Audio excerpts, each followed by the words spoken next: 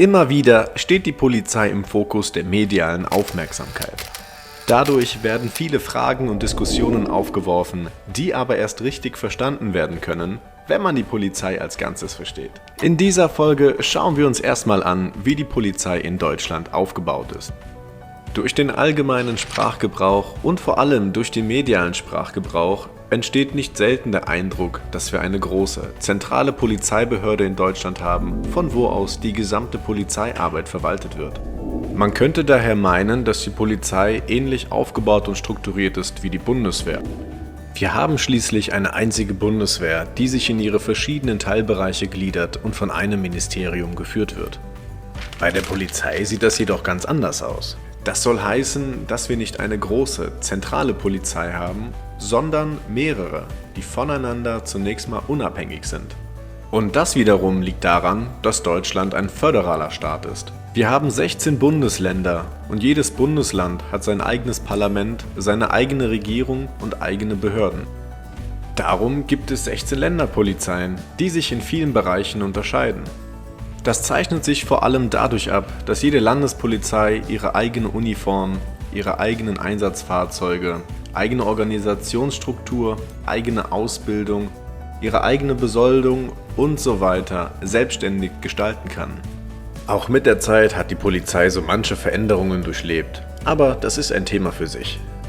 Dieses dezentrale System soll die Demokratie vor einer Gleichschaltung der Polizei bewahren.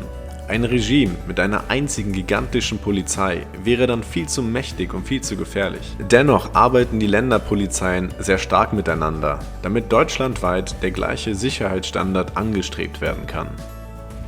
Das, was wir heute als klassische Polizei verstehen, die wir bei Problemen anrufen und jeden Tag auf den Straßen sehen, ist in der Regel die jeweilige Landespolizei. In den kommenden Folgen werden wir weiter ins Detail gehen, also vergesst nicht, uns zu abonnieren. Es gibt in der Verwaltung aber nicht nur die Landesebenen, sondern auch eine Bundesebene.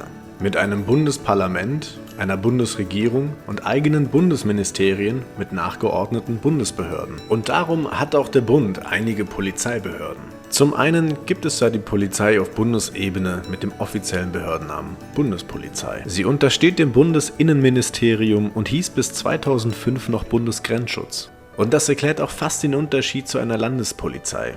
Sie ist daher keine klassische, sondern eine besondere Form der Polizei mit besonderen polizeilichen Aufgaben bzw. Zuständigkeiten. Entgegen des hartnäckigen Volksmythos steht die Bundespolizei nicht über den Länderpolizeien. Überhaupt kann man sagen, dass keine Polizei in Deutschland über einer anderen steht. Im Übrigen ist die Bundespolizei nicht die einzige Polizei des Bundes. Auch das BKA, also das Bundeskriminalamt, ist eine Polizei auf Bundesebene. Auch sie untersteht dem Bundesinnenministerium, ist aber von der Bundespolizei losgelöst. Zum Verständnis: Das BKA ist eine Kriminalpolizei auf Bundesebene. Sie ist aber nicht die hauseigene Kriminalpolizei der Behörde Bundespolizei, auch wenn sie vom gleichen Ministerium verwaltet werden. Auch hier werden wir in Zukunft weiter ins Detail gehen. Bundespolizei, BKA, Länderpolizeien. Die Aufzählung müsste jetzt beendet sein. Doch der deutsche Verwaltungsapparat wäre nicht der deutsche Verwaltungsapparat, wenn wir nicht noch weitere Behörden mit polizeilichen Aufgaben hätten. Es gibt da noch nämlich die Polizei beim Deutschen Bundestag. Sie ist die Parlamentspolizei des Bundestags und gleichzeitig die kleinste Polizeibehörde Deutschlands. Sie untersteht dem Bundespräsidenten und ist von besonderer Bedeutung zur Erhaltung der Demokratie. Im Grunde wären wir mit der Einteilung der Polizeien in Deutschland durch. Trotzdem sollten wir der Vollständigkeit halber noch einige Worte zu polizeiähnlichen Behörden verlieren, da sie sich in gewisser Weise ähneln. Das beste Beispiel bildet hier der Zoll. Der Zoll untersteht dem Bundesfinanzministerium, doch Zollbeamte ähneln vom Erscheinungsbild sehr den Polizeibeamten. Zollvollzugsbeamte haben ebenfalls Eingriffsbefugnisse, sind bewaffnet und dürfen körperlichen Zwang anwenden. Ebenso ermittelt der Zoll bei Straftaten und Ordnungswidrigkeiten, die vom Delikt her in ihre Zuständigkeit fallen. Auch hier kann man eigentlich von einer besonderen Form der Polizei reden, die auf einem speziellen Sachgebiet agiert. Finanzen, Steuern und Waren sind grob gesagt ihr Themenfeld. Um Verwechslungen mit den klassischen Polizeien zu vermeiden und den Zoll nicht mit Sachverhalten zu konfrontieren, die nicht in seine Zuständigkeit fallen, heißt der Zoll eben Zoll und nicht beispielsweise Finanzpolizei.